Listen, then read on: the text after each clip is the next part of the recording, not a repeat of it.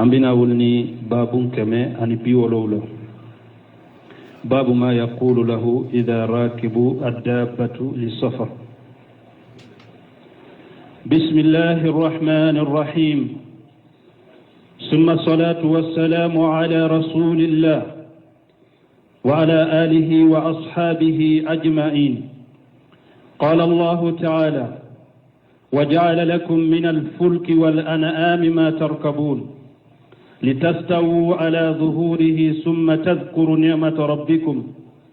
إذا استويتم عليه وتقولوا سبحان الذي سخر لنا هذا وما كنا له مقرنين وإنا إلى ربنا لمنقلبون. وعن ابن عمر رضي الله عنهما أن رسول الله صلى الله عليه وسلم كان إذا استوى على بعيره خارجا إلى سفر كبر ثلاثا ثم قال سبحان الذي سخر لنا هذا وما كنا له مقرنين وإنا إلى ربنا لمنقلبون. اللهم إنا نسألك في سفرنا هذا البر والتقوى ومن الأمل ما ترضى. اللهم حون علينا سفرنا هذا وأطوي عنا بعضه. اللهم أنت صاحب في سفري والخليفة في الأهل. اللهم إني أعوذ بك من وعثاء السفر وكابة المنظر وسوء المنقلب في المال والأهل والولد. وإذا رجع قالهن وزاد فيهن آئبون تائبون عابدون لربنا حامدون. رواه مسلم. بسم الله الرحمن الرحيم، والصلاة والسلام على نبينا محمد وعلى آله وأصحابه وسلم تسليما كثيرا. سبحانك لا علم لنا إلا ما علمتنا إنك أنت العليم الحكيم. أستغفر الله الذي لا إله إلا هو الحي القيوم وأتوب إليه. اللهم انفعنا بما علمتنا وعلمنا ما ينفعنا وزدنا علما. بيتنا سوية هجرية باكلة أني كمناني أني بناني أني ناني شهر جماد الآخر من هجرية سانكالو ورونا بسوية otani worona de miladi nasaraw ka jate ba fula ani muga ani saba san kalo folo bisu nyo kononto nay ambe bako jekuroni golo fula masjid salamu kono darasu be imam an-Nawawi rahimahullah wa ka kitabu kono riyadus salihin babu ma yaquluhu ija ar-rakiba dabati lil safari. Kone nyebondaye ni hada madenye lena ikadaba ka nibeta tama yorola ikanka minfo. Minye muallifu aleya ke dabaye. Me daba bala, mobili bala, bato bala. Abiyon bala. Sengo feni yelenan ka fende do ni hada madembe do kono kayelo kono katama naye abedebe do akono iyele nay kadaba kaw iyele na mobli kaw iddo na batolaw iddo na biolaw ikanka min fo ni betama. Qala Allah ta'ala ako alakum masamin korota lendo wajala lakum min al-fulki wal an'ami ma tarkabun. Alako ne ala ye keli ke awye nyebato ke awye ani bagawu abe yele mununka yele nan kan fiu sabade do jita be gerenta be sanfela tabe ala yen ni yele nan kan fenim bato sabade di hadama demma jita ye oye bato ye gerenta minye dugukolo ko kana o tunye faliw ni nyamew ni falibaw ni sowuye mobiliw nana fara ka woni terew ni metro ulu nana fara oka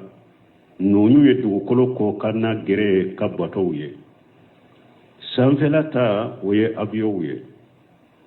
sanfela ka bato hada madebe do munun kono obe oye abiyo parce que fuluku kore munye mi ni mogo be fara nyogon ka kono fuluku be wore odela ajila ma de be adugukolo ko kanala mata be asanfela tabe nimbe ne ma de ni ala yake hada madawnya oda to ala ko ne ala de ye bato ke awye ani bagaw mission minye nyamew sowu falibaw ne ala de ye nonun ke awye ma terikabuna abayele munun ka kata dugula anaka tamo kono لتستووا على جهوره pour akadala kenye ukasamfelaka ثم تذكروا نعمة ربكم إذا استويتم عليه وكفي akamiri katashi atigi alaka nema la tumami nawdala kirnyara yerna kafenga ni hada made folo ulutumbe yele nyame deka ni yele nay kan nyame ka ya samfila soro miri ikatashi ala yenema minkiye parce ni nyame bele bayum fule ala ya kolo iye wajallalnaha lakum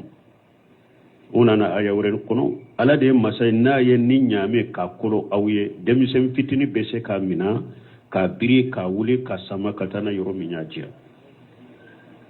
ka soro danfe undo be ulu ka dogo nyame ye nu ulu yunyesi hada madem mai tese ka jo nyame ka bo ulu ye me ala ye nyame kolo awye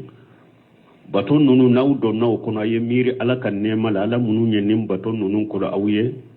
ni mobile do donna kono miri ala kan nema ala nema minkiye kan nyele nan ka fendima abio kono na do ni donna i miri ala kan nema la wa taqulu ikafofana subhana alladhi saqqara lana haja senya be masaye masami nyen kolo anye subhana fokunyo ya munna parce que efule ka chogo ya minke kayele kisigi kadaba ka ube ka bato kono ube ka biyo kono ala senya lendo kaboma na kasilende do de yato e hatagira abiuna ebe abiyo min kono hatagira lade emma ko de dilole mbale ka haju de bola e donna mobile min kono hatagile de bola e ka haju de bola ikamma ko dilole de bola fali bo chogola be chogola me ala ka danfin shi de te ko ala hatagile mbala ko ala be o be ala ka ko nyana bona ya ka ko dilole mbola wote odi ato iba fo subhanallah ne fulela halamin ala sene yalendo ka bonnima ala te hatagi danfenna ko ba ka ko nyana boy ibe ni fo sene be alaye masami ni ayenni mbaga kolo anye na ayenni mobile kolo anye na ayenni bato kolo anye na ayenni abiyo kolo anye sakara lana haja wama kunna lahu muqrinina awuntun tese ni ndaba minne baka netun tese ala ni ala tumma kolo nye ni ala ma nyame kolo etese nyame la fanga kaboye ni ala ma sode kolo etese soina ni alama fali kolo ye itesala ni alama fali ba kolo ye etesala ala de masayna ya kolo ye ibe yela ka ina beta yoro la yoro minyijia donc ibe senia ala senia folo ni ala senia a senia li konona la ibatan tanube ala masaminye nin kolone ni ala tumma nin kolone ne tesenina wa inna ila rabbina lamunqalibun tumami iyele na kayirina kanfen ka jinya tamala alai hakli jigi la garafana ka tamala tama wore binye eyele na yerina kanfen min kan ni minye ikafaliye ube ka so ube ka nyame ube ka bi ube ka mobile ube ka bato we iyele na kamun kama jinya tama me alai hakli jigi tama wore binye minye la gara tama wodi ato iko wa inna ila rabbina lamunqalibun awa an be sagi katantige ala de mallagara o yellagara fana katamai ni be jiya katamala miri katashi ko tama werebe do fana shiraka min yellagara tamai wodi ato ko wa inna ila rabbina lamunqalibun an be sagi katantige ala de mallagara o ko fa ya hadisawunati wani ibn umar radiyallahu anhuma karisan abdullah ibn umar malaka je kabu fula bema wa alaikum assalam wa rahmatullahi wa barakatuh anna rasulullah sallallahu alaihi wasallam ko alaka cide alaka tanuna kisibaka kana ijastawa ala ba'irihi qarija ila safari ko ciden tunkera ni adala kinyala akam nyame ka na bebbo kata tamala kabbara salasan abi allahu akbar fo sinya saba allahu akbar nim fana kunye munye ni eyele na nyame ka ebi yere jate minan korotara wotewa mbe sanfe korotara ibafu allahu akbar ni ne korotara chogo chogo ala ben sanfe ni ne korotara ni nyame ka chogo chogo ala ben ne sanfe puru yere bonya fana kanita allahu akbar ibo fo sinya saba na chogo dobe alhamdulillah be fo ka alatam ni yele naka alhamdulillah na yoro dola ka alatam me ni yoro la kabbara salasa ni ciden dala kilenya la kanya me kan na be bo katata mayro la abi allahu akbar fo sunya saba summa qala ko fa ba fo subhanalladhi saqqara lana haja sene yabe masaye masami nyen ninda ba kolo anye anko eb kadaba min fule kam makode dilolen balay haju bala me allah makota kadam fela kam makode dilolen ta kadam fela odi ato ba fo subhanallah ala sene yalendo ala hatagilen ta kadam fema ya ayuhan nas antum fuqarahu ila allah wallahu wal ghani hada madawdi hatagilen be alala ala ye kari masada makote dam fenna wala komini e mako dilolen be kay nan ka fenna ibe ala sereya ka bo malam makota ka dam fenna mako dilolen te dam fenna ko me makko dilolen be ka nan ka fenna chogobi sinabi alai masami nyen kolo anye sakara lana haja wama kunna lahu muqrinina awuntun tesen ni ndaba ina awuntun tesen ni nyere nan ka feina ni ala tuma kolo anye wa inna ila rabbina lamunqalibun ewa ambe sagi katantiga ala dim lagara ni be jiya katamaka kana nyina lagara katama fanako ibe lagara fana katama siralaw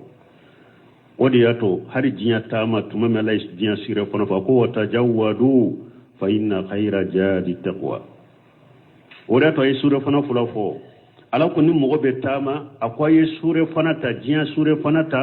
akume sure fana nyuma ye munye ala nya siranya paso de la garatai ni hada maden de tama sure fana tama fulay mbe ka sure fana ka sure bolo jiya ka tama ka sure fana ka sure bolo la gara fana tama sira ibo fana ka de o fana ka sure fana ka sure bolo minya ala siranya allahumma anti ala inna nas'aluka fi safarna haja li birran wa taqwa ala ambi dele anka tama min fulani nye ambi dele antigi ala minye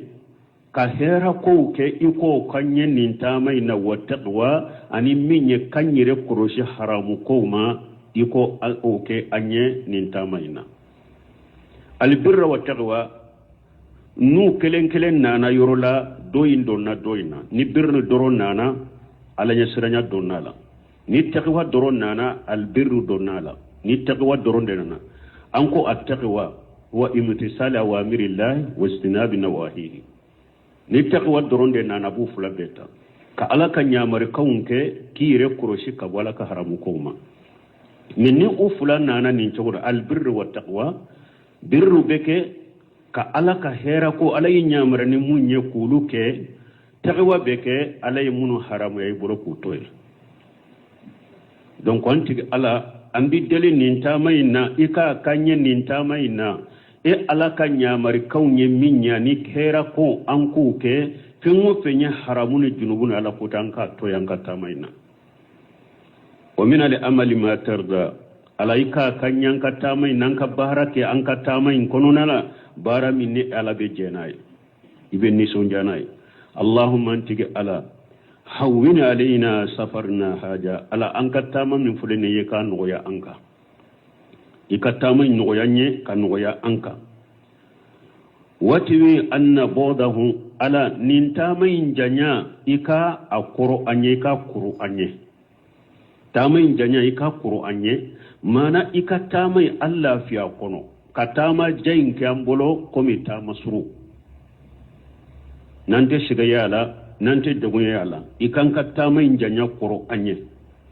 Allahumma antiga ala anta sahibu fi safari ala ede ya anje nyogoye nintama ina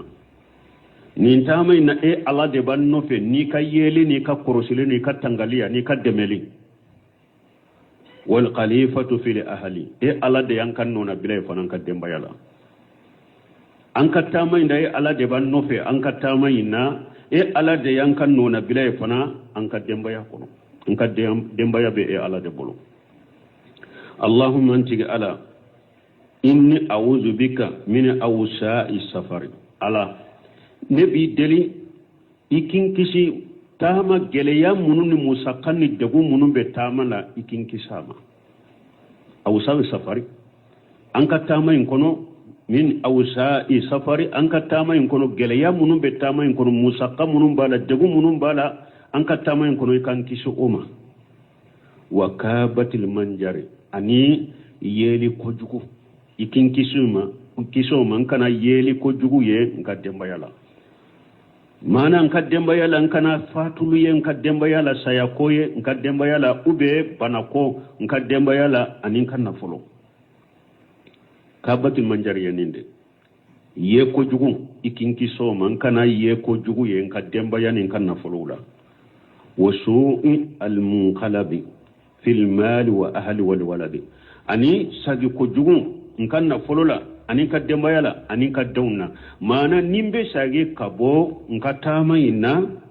nkana sagi ka kojugu soron kanna folola nkana sagi ka kojugu soron ka dembayala nkana sagi ka kojugu soron ka daguna iko kanyen katama ina wayja araja qala hunna ni be tatama yoro la yire nay ka yire nan ka fenka ibe nin do ufo ni sagira kabo tama yoro la fana ibe duawi info wajada fihinna ayibuna taibuna abiduna lirabbina hamidun men ni sagira ni nin duawu fo dobe faraka ibe juman faraka iba fo ayibuna aw ni sagir kelawya kabo anka tamala taibuna anye tubu bagaye qataw munu nyang soran ka tamala ni junubu ala ku ya fanye abiduna aw nyebbato li kelaw man nambantige ala bato li rabbina hamiduna ambantige ala tanu masammi nyan nyuman sagi kabonin tamayna ni hadisa muslimu ya hadisa yimbo wala be kanka nin do awudrushi ni nyetama do awude itamana mobili de lay donni ka mobili kono kasigi ikanin do awufo ni terendo ikanin do awfo ni metrodo ni donna nin do awinfo ni patoro ni donna nin do awinfo ni abiodo i donna kono ikanin do awinfo ni pali fanado nyamido sodo ikanin do awinfo balo nin do awinfana mamlakata arabia saudiya aka abion della kata antale hijura ambora yan donna abio kono maddo awu safarume mais anjigina misra anya abio sanse saudia ka abio de yanta misra katana nye saudia andona abio kono dro kasigi nindo awu safaru abio mikro de yafo nindo awu safaru sani abio ka wuli abio ka mikro nindo awu safaru abio mikro de yafo ambe ala delimbali ma haribbi ala kanu demede nunu hamina hedina ye koy hamina dina ye ewa hari mun biran fo tama kono nan ni mo munun tara hari hiju ke saudiya na ya surabe korosilike kata ewa madina kana makka ni tara ewa mobile de la ikapla ku korosi yoro dola subhanallah yoro dola ni be yele tintika botoro yoro mi tinta be yela allahu akbar be fo na be jigi yoro mi subhanallah sabelembe ni sirak tilelendo yoro mi kata alhamdulillah be foya munum be mum ba ka kalifuru nan ka fewna ni hada madon be sigi ka be nunu de lagosi nimbe kambali mo hada madon ka sira lanya de fo ka sira ala nyembali mo akan nin tawhidi kanu akan nin sunna kanu ake bagana matarafa bagaw fo ku kanu ka dusukunna sino aka islamiyate siga dafa bada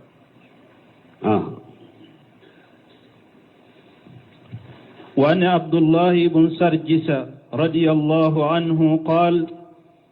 كان رسول الله صلى الله عليه وسلم إذا سفر يتعوذ من وعثاء السفر وكابة المنقلب والحور بعد الكون والدعوة المظلوم وسوء المنظر في الأهل والمال رواه مسلم. وأن عبد الله بن سرجس رضي الله عنه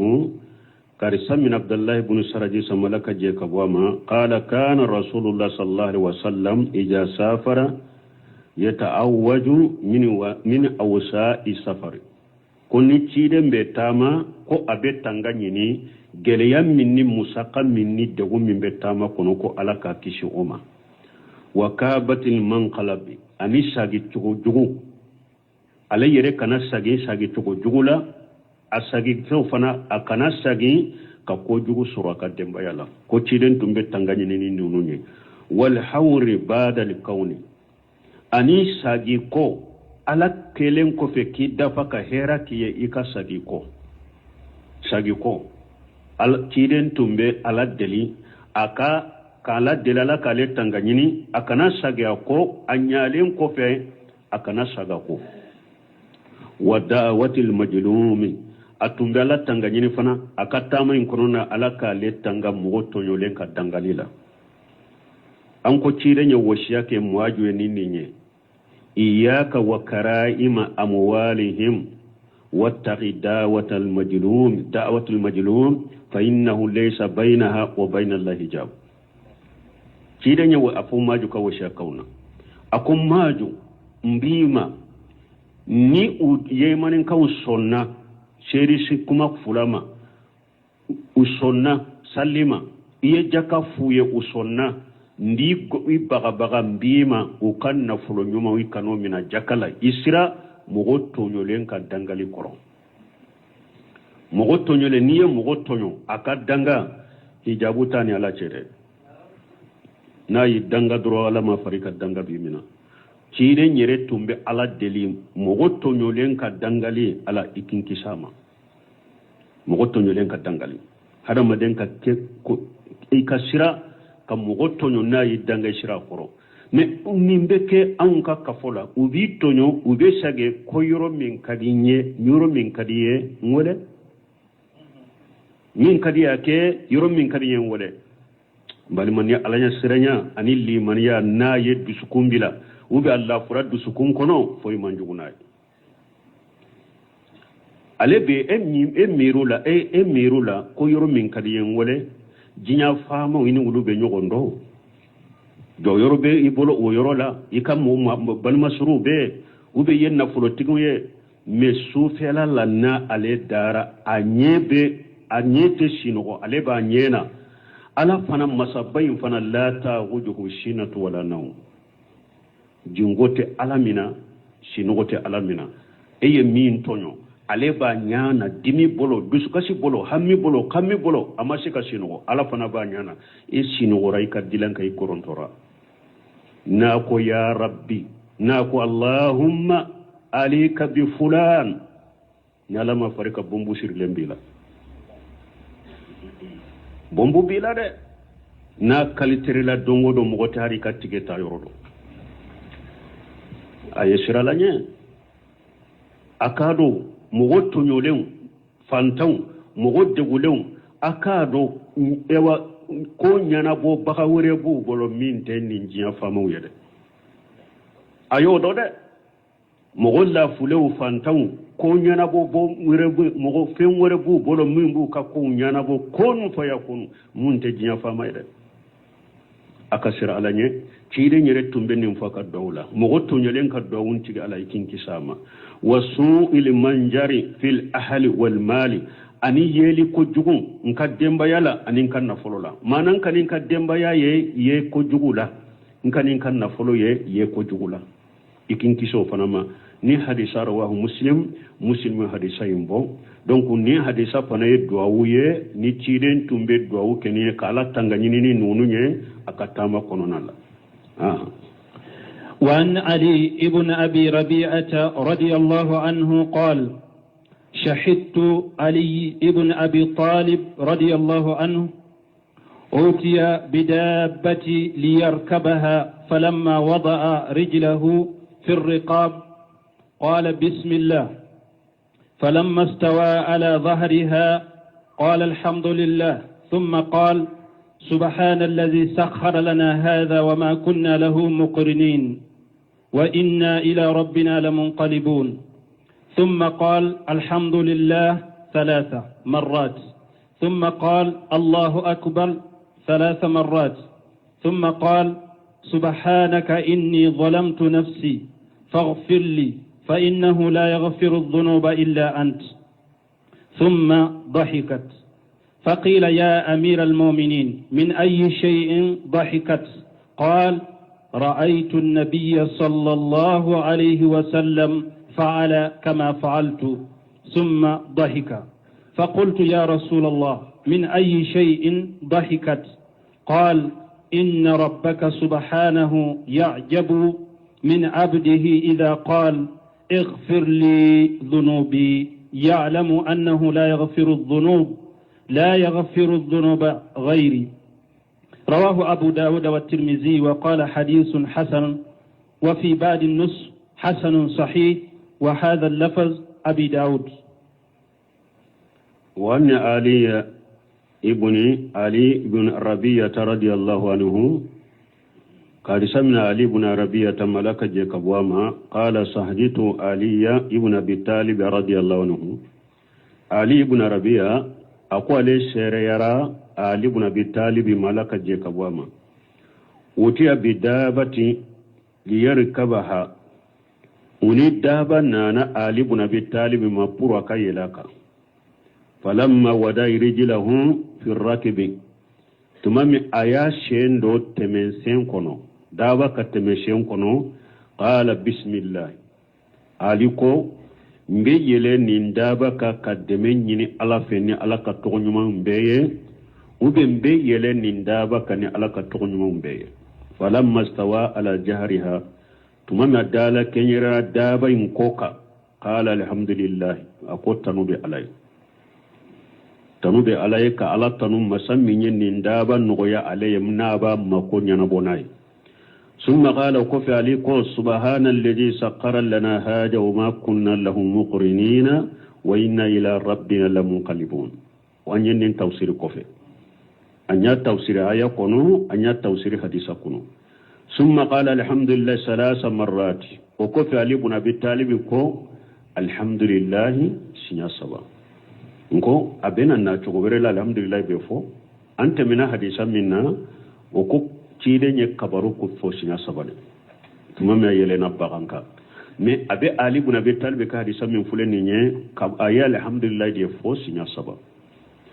ka alatanu ala yenema min kiye ninta mayina ka yele nan kan fen no yaye ni be yele min ka ki makonya na bonay ثم قال الله أكبر 3 مرات الحمد لله فولن كوفي سينيا سبا كالا تانو او كوفي يا الله اكبر ايو فنا فو سينيا سبا على كبو مانا ني e korota ra chogo ni mbaga yinka ado ala korota lendo kateme eka الله اكبر سبا ايو فو ثم قال سبحانك اني جلمت نفسي فاغفر لي او كوفي علي بن ابي طالب كو اكو سينيا be alaye ni nyere kuntonyo ya famma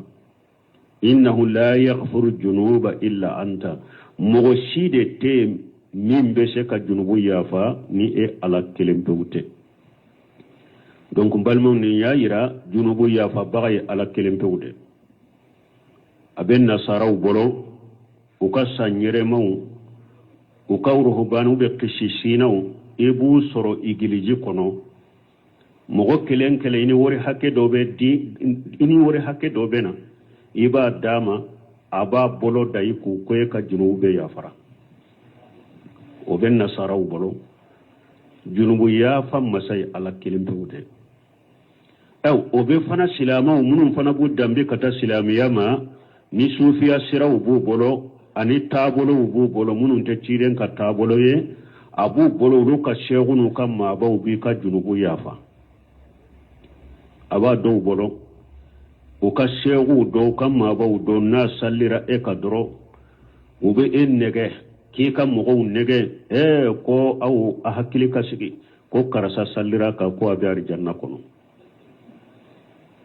ko karasa yirede sallira ka kunnin ka junube ya fara ko abi janna kono a do bolo ko an ka karasa an ka shegu fulana yanka garantita aya ando ar janna kono kaba de la ko fo yasinya jori jori mogo minye yoro di amma nema kwanka ke misiriya de la ka fo ko ale ka teren tumbe yoro do de la minye kari do beta ka tere laje do ka tere ba kere fata tikido kari do la wala fe uye nyogon soroy ale ba ka tere na ni ba ka tere na ale gerera la ako dumasi nebe na ya me neni ema dele ka nyogon kumbe ya ede ka tere ni nyewa ko nere taye ni men ni mba jode pew ka kileta ka di karasama ye do tofo mbo akileta ka di nimbe ninjo ka kileta ka di karasa dema ko ale ko yere ye shiro soro ako ay shiro tenyere borode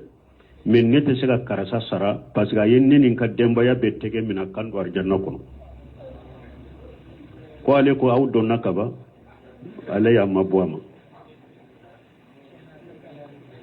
balmu mo shite se ka junubu ya fani ala kelembewte amma batte a shegute a fengurete ala kelembewde be hada maden ka junubu ya fa o de be ni hadisa kono innahu la yaghfiru junuba illa anta mo shite junubu ya fani ala kelembewte nasarauka doni ke baga bawte silama munun bu dambe kata silamiya ma o ka shegu bawnu kama bawte o ka woli jewte ala kelempewde be junubu yafa donc ala kelempewde bato ka tubi kata ala de ma ika ala de yafa de la ki ka junubu yafa summa dahika faqila ya amira almu'minina tumami ali ibn abi talib yenin do anyum fo ayelela uko mu'minu nyema min ayi shay dahkita uko yelena munna قال رأيت النبي صلى الله عليه وسلم فعل كما فعلت ثم ضحك Ali ibn Abi Talib ko akunye alaka nabi nyuma ye nye chide nye ne ye koinke chogomi ayake o chogode la o kofi ayelela komi nyelela chogomi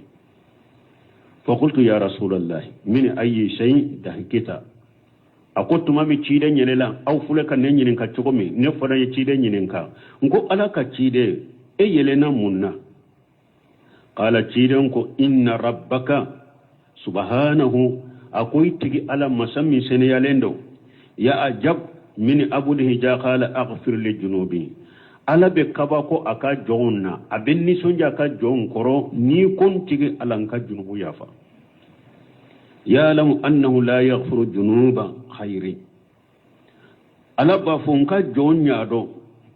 ka ija qala aghfir li junubi ni jo ala be kabako ni jon kon tigi alanka junubu yafa ya alam annahu la yaghfiru junuba khairi ala ba funka jonya do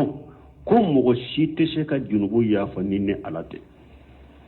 ni jonya ni fodo ala be kabako la abe ala be ni sonja yi korode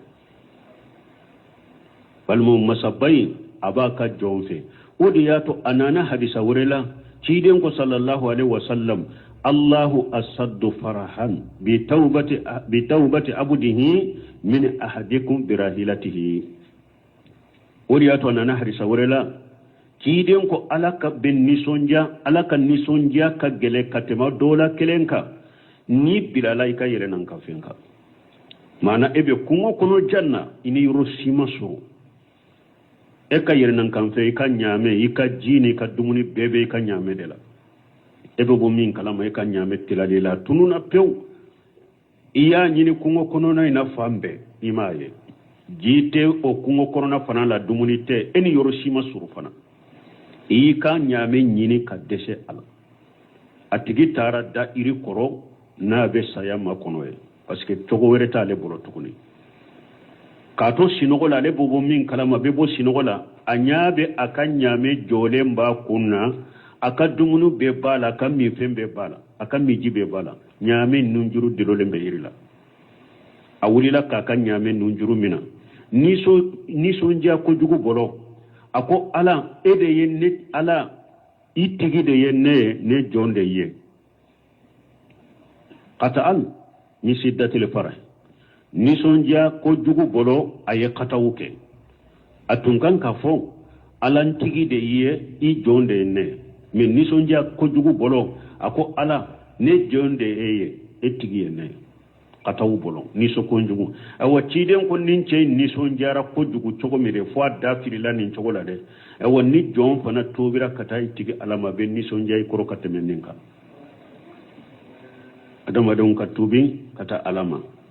o man ya'mali su'a aw yajlima nafsahu thumma yastaghfirullah yajidillah ghafurar rahima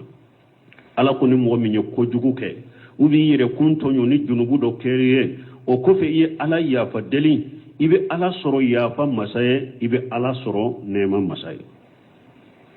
donc wanyo de faamu ali ibn abi talib ka hadisa min fulani nye ala bin nisonja aba fo be kabako aba funka jonya do kum mogote mimbe junubu yafa nene alate donc nim fana nimbe doewa do awu safar nibe tamala adwa doye nim fana ibe shekafo donc anko ni tahiyat chogola ni na cogo caman nana salli wala cogo la ni hadisan ewanna cogo bora ñogon koro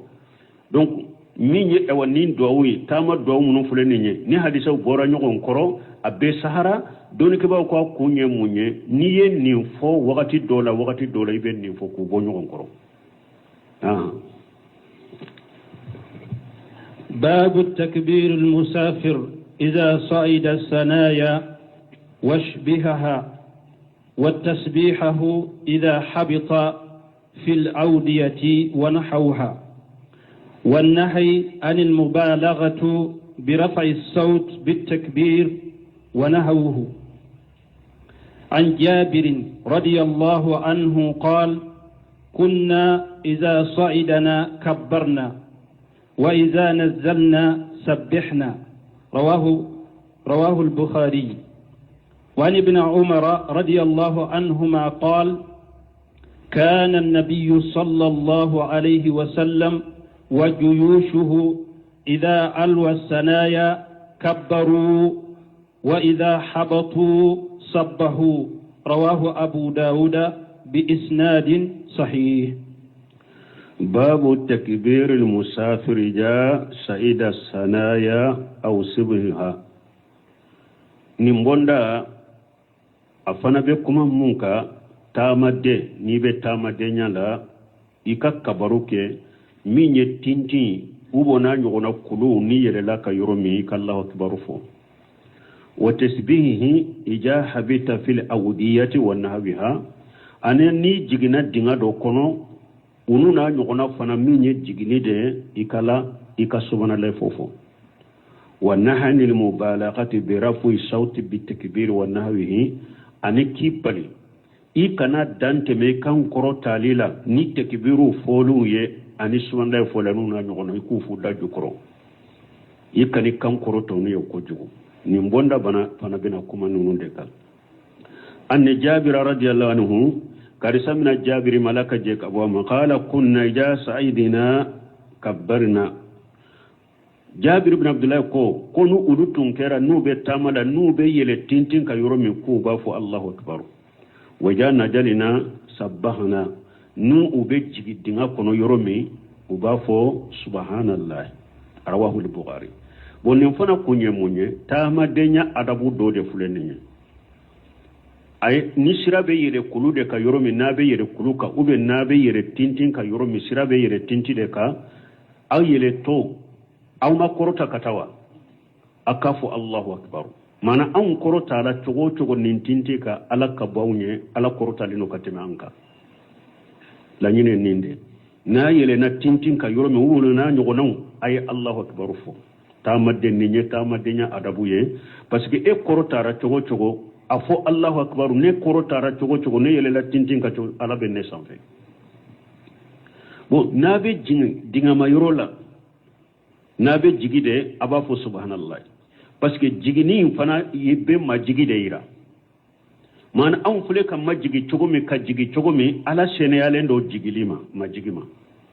ala majigilenta ala seneyalen do nimma nabe jigi dinga de kono be akoye majigi de aba fo subhanallah man an fule kan majigi minke an fule ka jigi minke ala seneyalen do nimma abe subhanallah fo aw abo cogo de la no semi ko rahimahullah ko hari abion fana bo cogo la abion wuli to ateta sanfede wa akafu allahu akbar an ko ni sigira kono duwawu safari bo fo ni abion be wuli ka dugu bila ka sanfela mina akafu allahu akbar ni abion be jigi fana aeroport la a jigina ka dugu kolo mina akafu subhanallah ni adabu be silama bolo wa illa marhim rabbi illa ma rahima rabbi donc ado yere be tan nasaraw ka ko de fo kulo kaw ni few donc ni adabo bunu semera mahullah ni riyadu sarahu kele na yoro dola della ka fo ako abio do arabo abio de do abio mbe sanfe isasi banna pew cogo ya sita la abio be bide mimbe abio mboli pilote mimbe abio mboli ako abio kono mo ma wa ko shisa cogo sita la abiyon bebi me be kallahu akbar fo ako abiyo kono mo be ko allahu akbar ala yemunke ala tara abiyo indi jide kono ka abiyo kama jenge kana tintila mogo be bon abiyo daye katama kama inka kana gerena mo shimato abiyo na mo shimato ala barmo ala kabo nabe yele tintin ka ya fo Allahu akbar nabe jigi yoro me ka fo Allahu akbar ni nyeta madenya adabu aha wani ibn umar radiyallahu anhuma karisa min abdullah ibn umar malaka je kabu fula bema qala kana an-nabi sallallahu alaihi wasallam wajuyusuhu ko ciden na kakkele bolo kera nube tamadenya la ida alaw sanaya kabbaru nu yelela tintin ka yoromi ubafu Allahu akbaru wayja habatu sabbahu nu jigina yoromi ubafu subhanallah arwahu abu daud bi sinadin sahihi abu daud yenni hadisa imboni sanadu ye sanadu min kanyi donc ni yaira nabe abion kono abion abe akamobilu kono abe terrain kono abe daba kawo dugu koro ko kana ka yuromin koni na yele na de tintila kafu Allahu akbaru yuromin na ujigina kafu subhanallah ni nyetama denya adabu doye ni ciden tumbuke وعن أبي موسى الأشعري رضي الله عنه قال كنا مع النبي صلى الله عليه وسلم في سفر فكنا إذا أشرفنا على واد حللنا وكبرنا وارتفعت أصواتنا فقال النبي صلى الله عليه وسلم يا أيها الناس أربؤوا على أنفسكم فإنكم لا تدعون أصم ولا غائبا إنه معكم إنه سميع قريب متفق عليه. والنبي موسى الأشعري رضي الله عنه كرسمنا أبا موسى الأشعري ما لك جيكبوما قال كنا من النبي صلى الله عليه وسلم في سفر ku ulu farallentum be ciden katama dora la katawna kisibaka fa kunna ida asrafna ala wadi halalina wa kabbarna ko ulu tunkera ko nunana dinga doma ube jima yoro doma dinga ma yoro doma ku be la ilaha illa fo ube kabaru fo wa artafati aswatana an kawbe korota fana naunana dingama yoro ma yoro mi ambe la ilaha fo amba Allah akbaru fo an kaumbe korta wa qala an-nabi sallallahu alaihi wasallam ya ayyuhan nas alako tiden ko ako hada madun iribau ala anfusikum ayhinna wirela fa innakum la tadawuna asamman wala qaiba aw take katilo galen wore atake ka fen wore min taw koro min be yorore innahumakum abafe kam masammin wole afarlemba aka afarlende be auka abake kam min wole tilo grente abake kam min wole fente nabe yorowere nate aw koro ara faralemba auka ni aka meli na ka koroside wode ato ciden ko innahu shamiyun qaribun alaye meni masade abe kuma fo ala babe me e wa kasura wala fana akasura wala muntafaq alayhi ni hadisa bukhari muslim yi hadisa yumi mafula donc ni ala ka bonyana ka korta yiranna ka fo hada madembe yoro ye kuma fo ala babe me ewa ala ka surila fana aka surila na ka yeliye aka surila na ka korosiliye aka surila na ka tangaliye aka surila na ka ko be boleka na bi ka ko nyanabo mi ayere jati be la reshika ala ka bon wodi ato sanka ba wolon fula ani duguma ko lolo olon fula ube ala ewa bolo konode ka khari dalatin fi kaffi ahadikum komi fenki shemmise mani naba dora keren tege faralla chogomi sanka ba wolon fula ni duguma ko lolon fula te dambe kata ala mani foye alay masamin akabbo ko chobe donc ni nya irana hadama de wakati be ciden be hinna kam mantom nade hari bato la kana kata ko do bilay yere kam min bitaw wada to ko riba wala anfusukum ay hinna yere la wada to dondola minye abdullah ibn amr ibn asi adella kana fo ciden mako alebe kale to nyana mayala ko alebe sude kale to nyana mayala la aqumanna al-layla ma isitu wala asumanna an-nahara ma isitu يعني يريد أن يصوم كل النهار ويقوم كل الليل فبلغ ذلك النبي صلى الله عليه وسلم فدعاه تمامي أسيرا كيدما كو عبد الله بن عمرو بن عاش رضي الله عنه أكا هيرا كانوا جليا كوسو هيرا كداي كوسو بباتو كداي عبد الله بن عمرو بن عاش كليلا أكو والله تيا سوبه نبا بيجو على يكينتو نيانا مايالا ندسين غسو فلالا be sube jo alay jinya tile bemba be su alay ntemmi nsi kono kon sere ciden ko innaka la tatiqu jalika ako abdullah ibn amr ibn as ako ayani ne ka foro ede nin kuma fowa ko be jinya sube su ebe jinya tile be jinya sube nafila alay ibe jinya tile be su ako iteshala ثم أمره أن يصوم من كل شهر 3 أيام وأن يقوم وينام وكوفي تشيلنا نيامريا أكو كالو تلي سبسو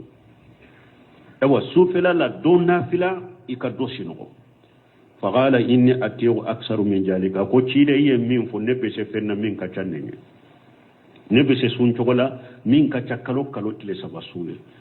نافلا فنا نبسي فينا نافلا لا من تيكا دون نافلا كدوشينو قال النبي صلى الله عليه وسلم على كتيرن قام صوموا يوما وافطروا يوما اكم مي فويه دون سون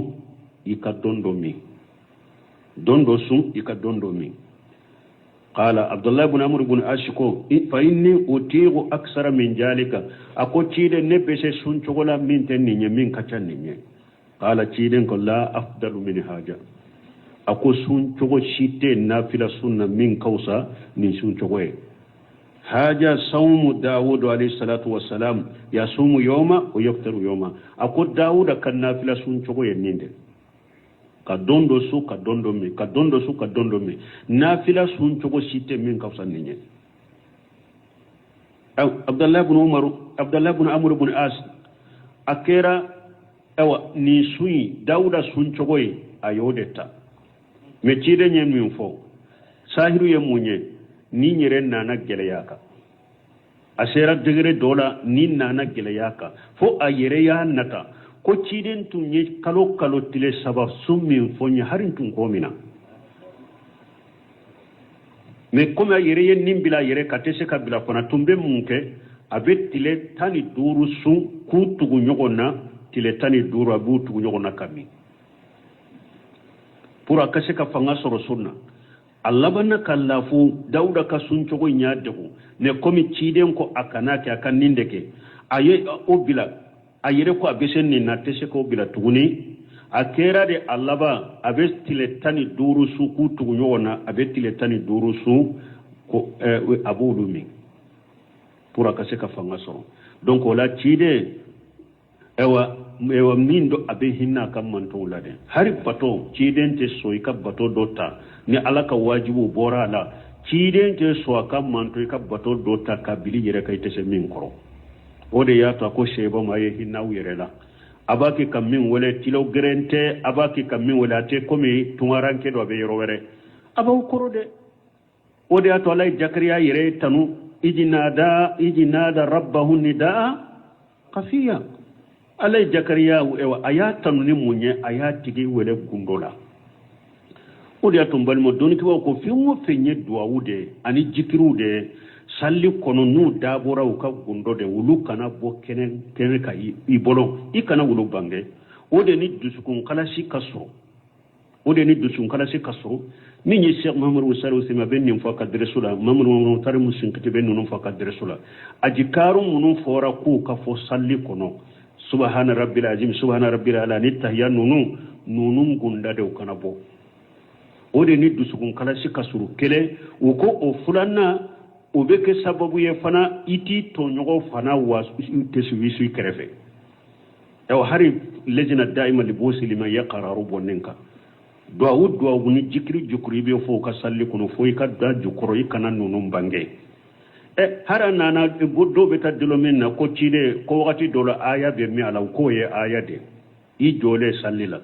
sora ube ewa fata yurdo ka bango ko ye aya de ne minye ajikaru ye ulube gundare ulu kana boy bolo chogo sikidu bange ode ni dusugun kala sikka suru katima ode beke sababu ye fana ito nyogo munum bi kerefe itu unu fana wasu ku tesuwisu ka jikirula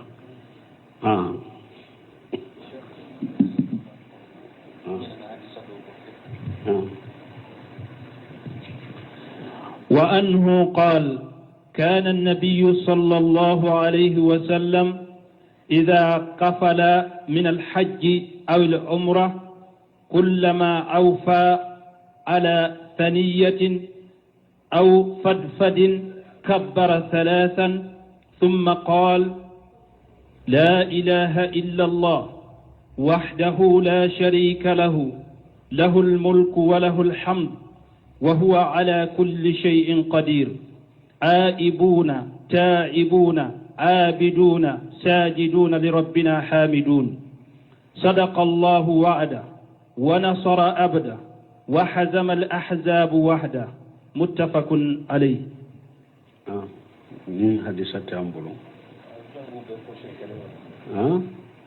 وفي الرواية لمسلم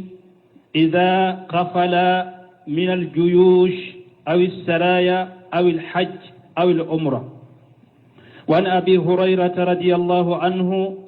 أن رجلا قال يا رسول الله إني أريد أن أسافر فأوصيني. قال عليك بتقوى الله والتكبير على كل شرف. فلما ولى رجل قال اللهم أطوي له بعده وحون عليه سفره. رواه الترمذي وقال حديث حسن. وأنه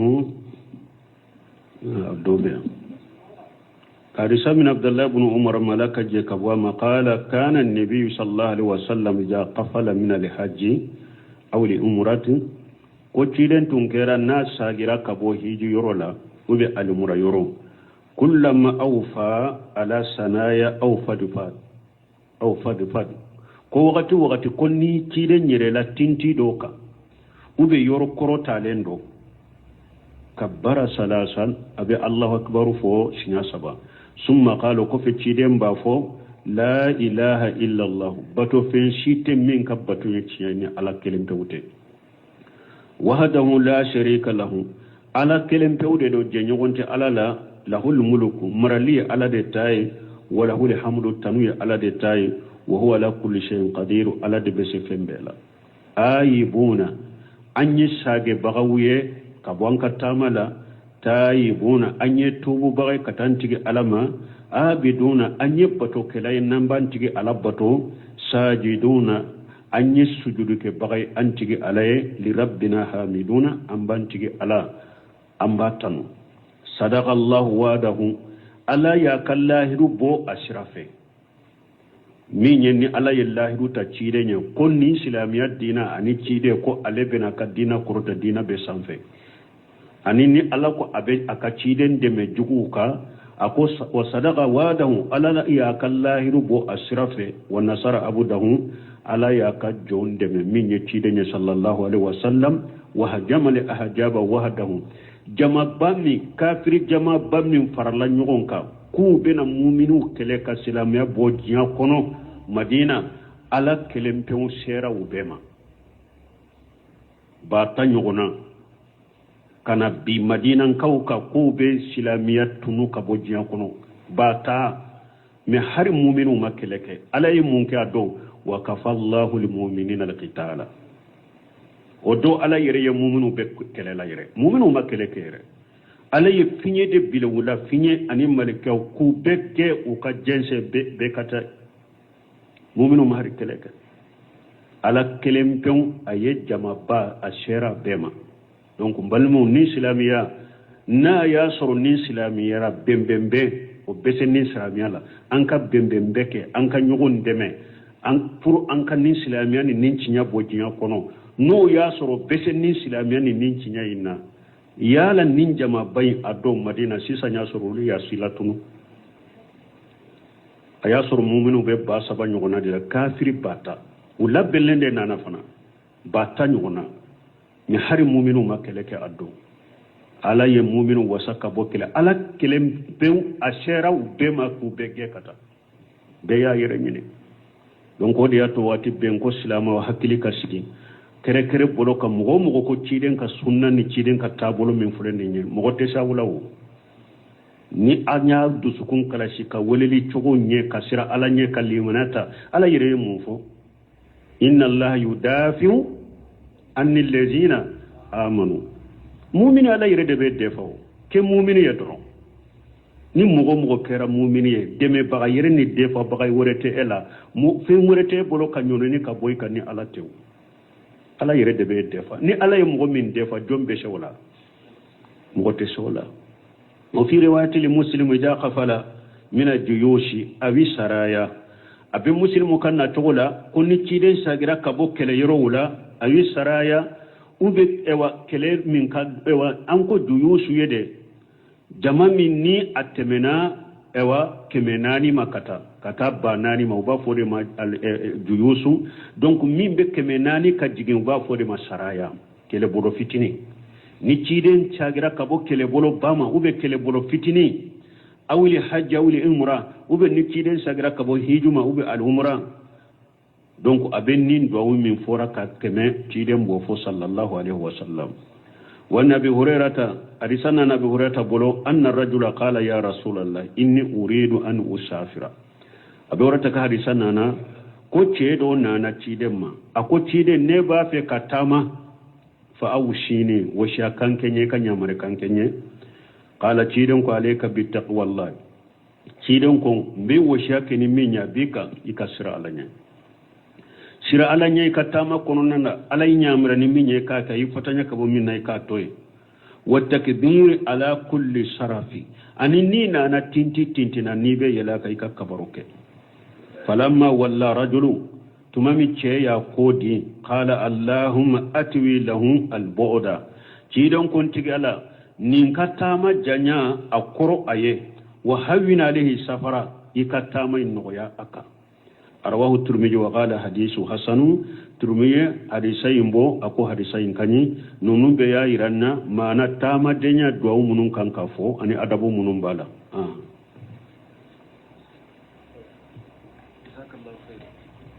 سبحانك اللهم ربنا بحمدك أشهد أن لا إله إلا أنت واستغفرك وأتوب إليك. أمبنا ولني باب كما أن بيولولا باب ما يقول له إذا راكب الدابة للسفر. بسم الله الرحمن الرحيم، ثم الصلاة والسلام على رسول الله وعلى آله وأصحابه أجمعين.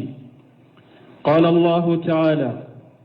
وجعل لكم من الفلك والأنعام ما تركبون لتستووا على ظهوره ثم تذكروا نعمة ربكم إذا استويتم عليه وتقولوا سبحان الذي سخر لنا هذا وما كنا له مقرنين وإنا إلى ربنا لمنقلبون. وعن ابن عمر رضي الله عنهما أن رسول الله صلى الله عليه وسلم كان إذا استوى على